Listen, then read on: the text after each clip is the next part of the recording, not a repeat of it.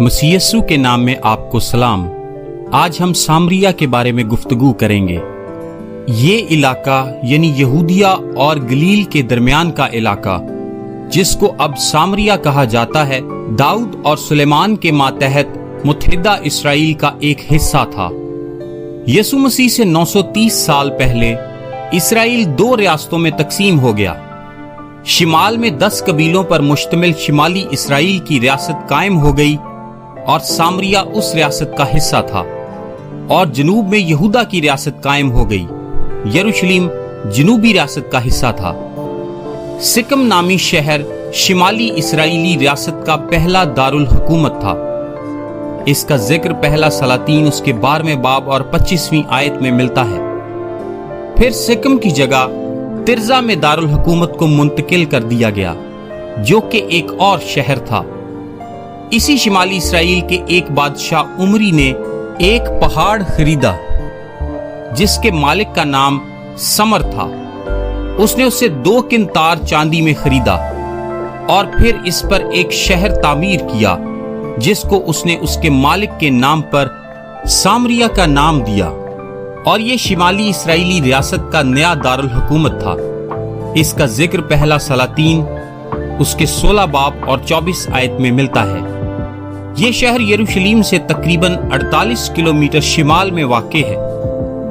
वक्त गुजरने के साथ साथ शहर समेत पूरे इलाके को सामरिया कहा जाने लगा, हत्ता कि शिमाली इसराइली रियासत और सामरिया आपस में मुतरादिफ अल्फाज बन गए।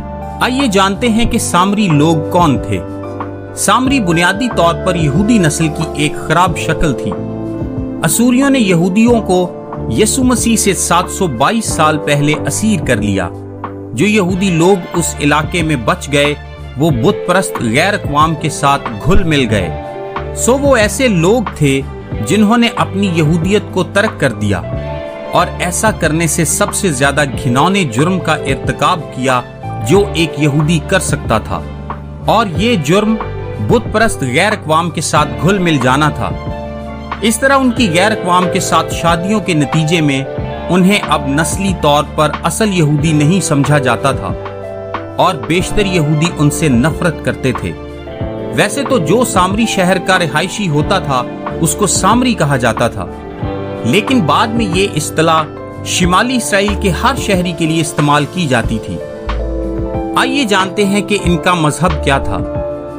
सामरी अब भी इसराइल के खुदा पर यकीन रखते थे, लेकिन वो यरूशलेम की बजाय कोहे गिरजीम पर अपनी मर्जी और तरीके के मुताबिक इबादत करते थे।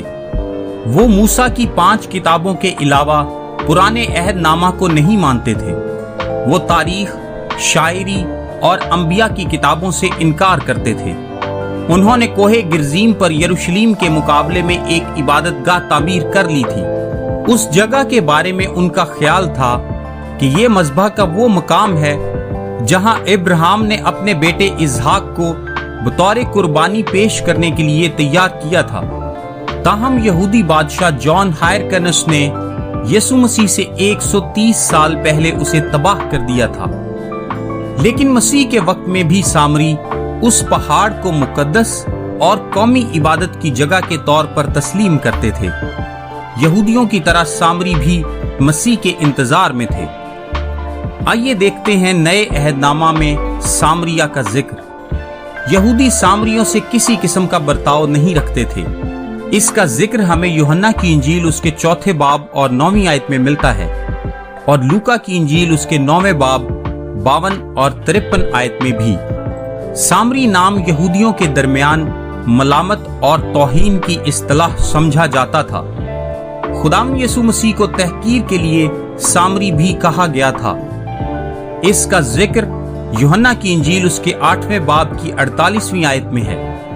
यीशु ने यरूशलेम से गलील जाने के लिए सामरिया का रास्ता इख्तियार किया था, जबकि यहूदी मशरिक में दरियाए यर्दन के पार से पीरिया के रास्ते से जाते थे, क्योंकि वो सामरियों से नफरत करते थे। बहुत सारे सामरियों ने इब्तदाई तौर पर इंजील की खुशखबरी को कबूल भी किया, जिसका जिक्र यूहन्ना 4 बाब 5 ता 42 आयत, अमाल 8 बाब 5 आयत और 25 आयत, پھر اعمال 9 باب 31 آیت اور پھر اعمال 15 باب 3 آیت میں ملتا ہے۔ کل ہم نئے عہد نامہ میں مذکور بقیہ آخری علاقوں پر نظر ڈالیں گے۔ میرا نام تابش قاضی ہے اور یہ میسج آپ کو ڈیلی ورسز کی جانب سے بھیجا گیا ہے۔ روزانہ صبح اپنے واٹس ایپ پر بائبل کی آیات اور ان کی وضاحت انگلش، اردو اور آڈیو میں حاصل کرنے کے لیے ابھی 0332 430 45 62 پر واٹس ایپ میسج کریں۔ خدا آپ سب کو برکت دے، آمین۔